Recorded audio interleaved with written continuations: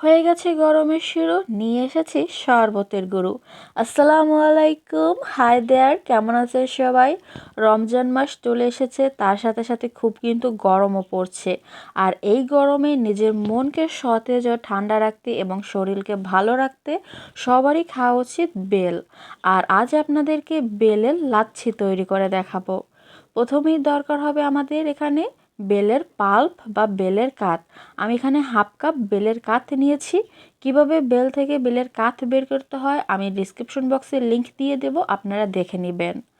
আর 1.5 cup পরিমাণ মিষ্টি দই এতে দিয়ে দিলাম। আপনারা চাইলে টক দইটাও ইউজ করতে পারবেন। এবার এতে দিচ্ছি 1.5 টেবিল চামচ চিনি, তবে মিষ্টি নিজেদের স্বাদ অনুযায়ী দিবেন। আমি এখানে ঠান্ডা দুধ দিয়ে দিচ্ছি 1 কাপ পরিমাণ, আর হাফ কাপ পরিমাণ পানি দিয়ে দিচ্ছি গ্লাসটা ধুয়ে।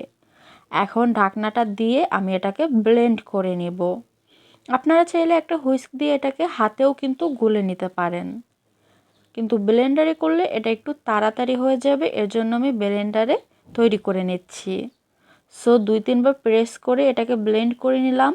এখন একটা গ্লাসে বরফ দিয়ে আমি সার্ভ করে দিচ্ছি।